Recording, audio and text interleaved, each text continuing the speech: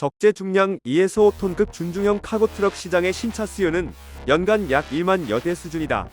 소형에서부터 대형까지 차급별로 볼 때 카고트럭 시장에서 소형급에 이어 두 번째로 큰 시장 규모이다 보니 경쟁 구도가 치열하다.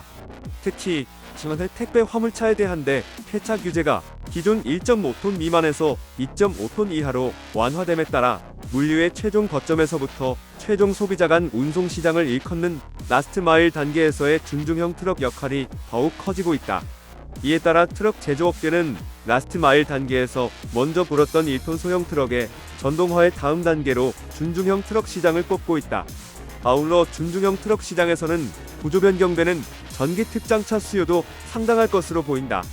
차량 총중량이 어느 정도 뒷받침돼야 구조 변경이 가능한 고소작업차와 사다리차, 주야간 도심에서 운행되는 청소차, 쓰레기 수거용 암롤트럭 등에서 특히 주요하다. 이런 전기 특장차에는 동력 인출 장치 EPTO 기능이 전제된다.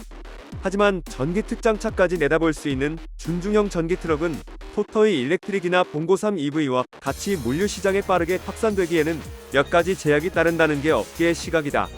바로 보조금 부재 전기 트럭 대상 영업용 번호판 무상 지급 중지 충전 시설 부족 미들 마일에 부족한 주행거리 등이다. 하지만 기자의 시각으로 볼 때 현재까지 진행되어온 친환경 상용차 사업은 1차적으로 보조금을 먹고 커야 하는 사업으로 여겨진다. 또한 정부와 업계가 아무리 대기환경 보호를 강조하고 보조금을 쥐어준들 구매자 입장에서는 편익이 확보되고 사용상의 불편이 없어야 한다. 실제로 전기 상용차에 대한 지원 사업이 그렇다.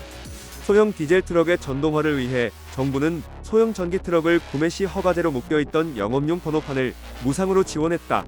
그 가치는 대당 최소 3천여만 원에 이른다. 여기에 친환경차 구매 보조금까지 더해지면서 기존 디젤 트럭과의 가격 차이를 없앨 수요를 끌어올렸다. 하지만 현재는 전기 트럭이 대거 보급되고 기존 영업용 차량과의 형평성 때문에 영업용 번호판 무상 지원이 중단된 상태다. 대형 전기버스 사업도 비슷한 경우다. 친환경차 구매 보조금 및 그 외 각종 보조금 혜택을 더한 차량 가격을 기존 디젤버스 모델과 비슷한 가격대로 매년 목표 보급률을 맞춰 나갔다. 이런 가운데 소형 전기 트럭의 바로 윗급인 준중형 및 중형급 전기 트럭에 대한 정부 지원에 대한 관심이 모아졌다. 환경부는 2023년도 친환경 상용차 예산안에 중형 전기 화물차에 대한 보조금을 대당 5천만 원을 책정했으나 국회 예산 심의 과정에서 배제됨으로써 업계 관계자들에게 실망감을 안겨주었다. 앞서 언급했듯 2에서 5톤급 준중형 트럭 시장은 높은 기동성과 넓은 적재 용량을 강점으로 하는 호수미 물류 거점 간 미들마일 운송의 제격이다. 그러나 오세아니아에 출시된 현대차 마이티 일렉트릭의 200km는 짧은 주행거리로 초기 준중형 트럭 시장 보급의 제약으로 다가올 가능성이 크다. 실제로 현대차는 2020년 우편 수송용으로 128kWh 리튬이온 배터리를 장착한 마이티 전기 트럭을 제작해 시범 투입한 바 있는데 완충 시 최대 200km 주행에 불과한 것으로 전해졌다. 배터리 용량상 토터이 일렉트릭과 봉고3 EV 모델의 58.8kWh보다 2배 이상 크지만 주행거리는 이들과 비슷한 수준이다. 차량 총중량이 상대적으로 클 수밖에 없는 마이티를 전동화함에 있어서 차량을 움직이는데 전기 소모량이 더 크기 때문이다. 충전 인프라도 문제다. 준중형 트럭의 차량 크기 재원상 승용 및 소형 전기 트럭용 충전 설비를 그대로 이용할 수 있다곤 하지만 배터리 용량상 충전 시간이 길다는 점이 단점으로 지적된다. 그럼에도 준중형 트럭 차급이 소형 트럭 차급에 이은 차세대 전기 트럭 후보로서 유력하다는 데 이견이 없다. 화물운송 업종 특성상 생각보다 짧은 준중형 트럭의 일평균 운행거리 때문이다. 실제로 한국교통연구원 자료에 따르면 1톤 초과 3톤 미만 트럭의 일평균 총 운행거리는 202km 수준이다. 현재 보급되고 있는 1톤 소형 트럭의 210km보다 되레 떨어져 1회 충전 시 주행 가능 거리에 대한 부담이 상대적으로 적다.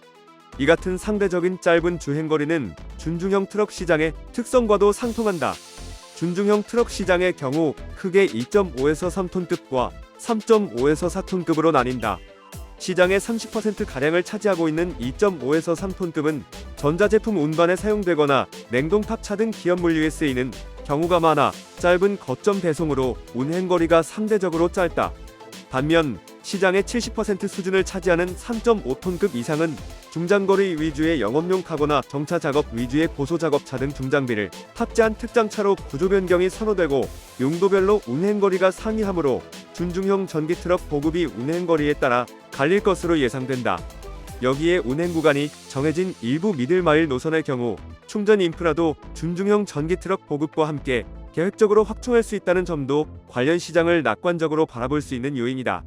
오늘은 보조금 예산 관심도 없는 준중형 전기 트럭 미래는에 대해 설명해드렸는데요. 어떠셨나요?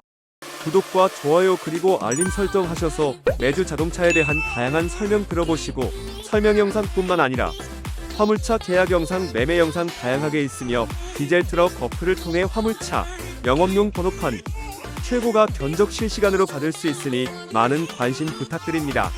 감사합니다.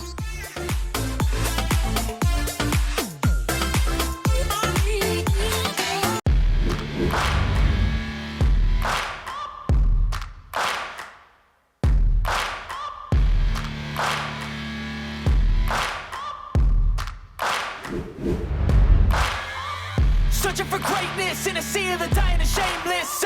A sea of the aimless. I don't wanna be one of the nameless.